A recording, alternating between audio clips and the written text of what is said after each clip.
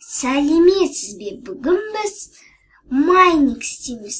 Бізге керек айран, ұн, қант, сармай, тоз, манка, 2 жұмыртқа, сахарная пудра, разрыхлитель. Ыдысқа айран құямыз. Айранға манка қосамыз. Қан қосамыз. Бәрін араластырамыз. 2 жұмыртқаны жарып саламыз. Араластырамыз. Сармайды газға ертеміз. Онда бір ыдысқа саламыз. 1 қасық разрыхлитель саламыз.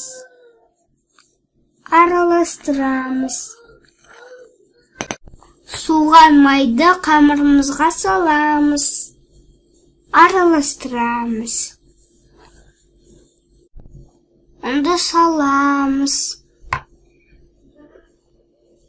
Араластырамыз. Форманың астына қағаз саламыз. Май жағамыз.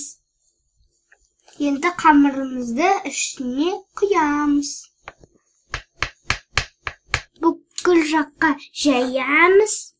Духовка 35 минутқа 170 градусқа саламыз.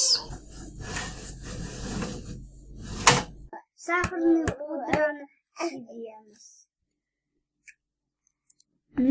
Қандай дәмді. Лайк қоюға ұмытпаңыздар, менің каналымда жазылыңыздар.